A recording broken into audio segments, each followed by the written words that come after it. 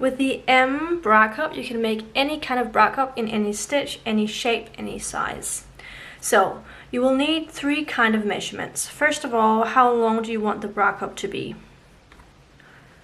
That's 1. I want mine to be 18 centimeters. So to figure out my length, I just measure from under my bust and up. The next measurement is measurement 2.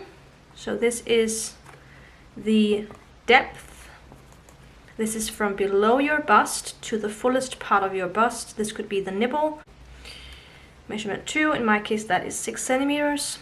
And then the third measurement is the width. And this is measured from one side of the bust to the other. And you measure this over the bust to get the volume of one bust. And mine is 16 centimeters.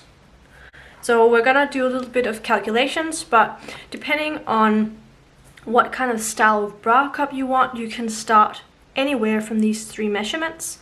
So if you want to make your rows like this, and then doing it like this, or you could make the rows like this.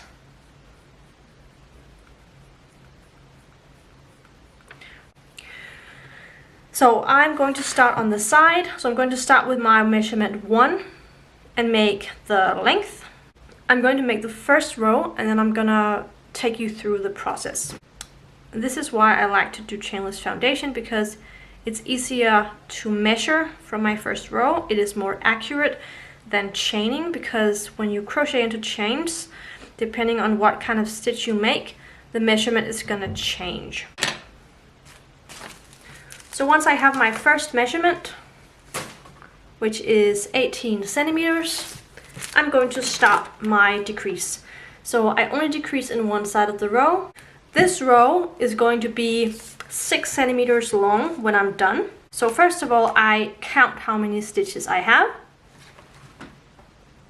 On my first row I have 40 stitches, and on my last row of decrease I need how many stitches? So again, I take my row and then I measure out how many stitches do I have over, in this case 6 centimeters, my measurement 2,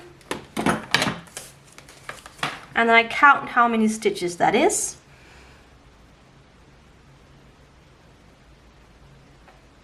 $14 stitches. So counting 14 stitches. So counting stitches is much more accurate than measuring. So the calculation is that we start with 40 stitches and we need to end up with 14 stitches. So we have to remove a number of stitches from our first row in order to end up with 14 stitches. So we do that by taking 40 and subtracting with 14.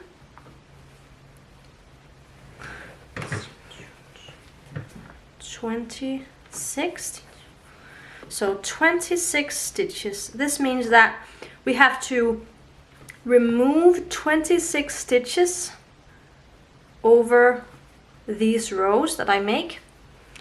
And now we need to figure out how many rows that we're gonna have. So this measurement is 8 centimeters. So we need to figure out how many rows we have on 8 centimeters. So normally when I use this combination, 1 row equals 1 centimeter.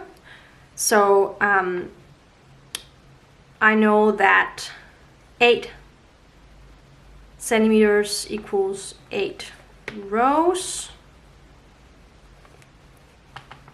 Let's say your row measures half a centimeter. Then you would take 8 and then divide it with 0.5.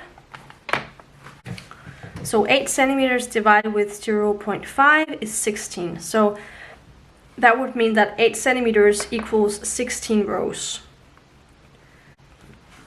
So whatever one row measures, you divide that number with the number of centimeters you have. I am removing 26 stitches, and I have 8 rows. So I take 26 and divide it with 8. And this is 3.2. So here I could either round up or round down. So I'll just round down to 3.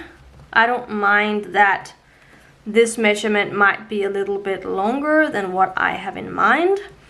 And also you continue to measure as you go. So maybe at one point you can make 4 decreases instead of 3 decreases, and that way end up with 14 stitches. So always measure as you go, or count the number of stitches on your row to make sure that you end up with the right number.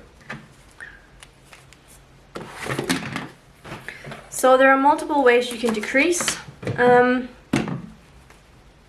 Again, there's no right way to do it, but I'm just going to show you a few different ways to do it. So first of all, you could just chain 1 here at the end of the row, and then slip stitch over 2 stitches. So this is 2 decreases. Then go into the next stitch, make a slip stitch, then chain 2. So this doesn't count as a stitch. Then I go into the same stitch and go into the next stitch and make a decrease. So here we have a double crochet decrease, so 1 decrease, and then we have the 2 slip stitches in the beginning. So this is 3 decreases. And now I finish the row. And when I come back to this point, I'm going to show you how we decrease at the end of the row. So when I'm 4 stitches away from the end of the row, I make my double crochet decrease, and then I skip the last 2 stitches. So that is 3 decreases on that row. And I do the same again, so slip stitching through the first 2 stitches, 2 decreases, and then a slip stitch into the next 2 chains, a double crochet decrease, and then I continue this pattern. So this is one way to do it. You could also only do double crochet decreases or only do slip stitches, or you can mix it as I do. And as you go, just make sure to measure your rows to see how many centimeters you have left, so how many rows you have left, and how many stitches you have on that row. And this way you can adjust it as you go. If you want to add more decreases or make less decreases, you can do that. So it's a good idea to measure as you go. So I'm almost at 8 centimeters. I have like 1 row left. And when measuring my last row, I have about 9 centimeters. So I need 3 centimeters less for it to be 6 centimeters here on the last row. So 3 centimeters less. So I just measure out on my last row how many stitches 3 centimeters is.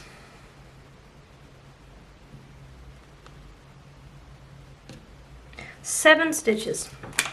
So to create the M shape, we're going to mirror this panel. So we're gonna increase here, gonna create the same angle, which means that on my first row here, I'm going to add 3 stitches.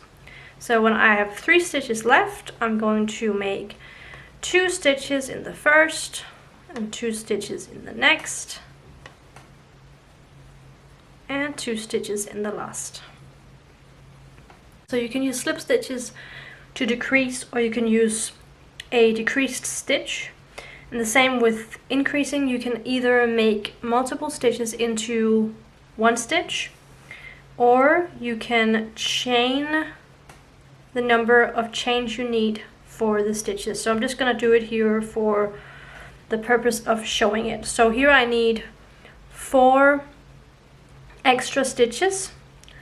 So here I need 4 extra stitches. So either I can make 4 chains, and make 1 stitch into every stitch, or make 2 chains, chain 2 for a turning chain, and then go into the 3rd chain,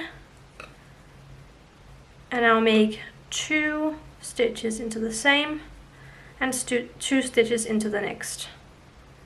So this way we have added 4 extra stitches here. And now I go into every stitch regularly.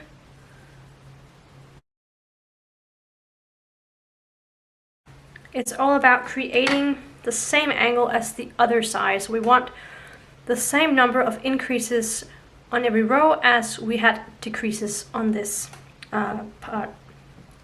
So the most important thing is that we make the same number of increases as we made decreases on these. So because your first row here with chainless foundation didn't have any decreases, your last row is also not going to have any increases. So now we are going to connect this. So breaking off the yarn.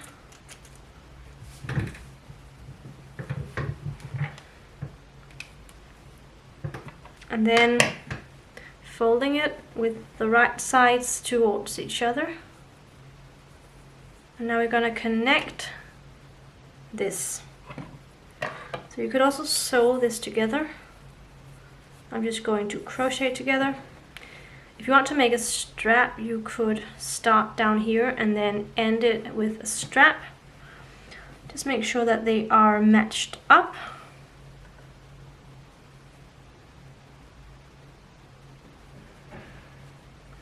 And then go through every row, make a slip stitch. I'm just going through sort of randomly, just making sure to hold the panels together so it becomes as even as possible.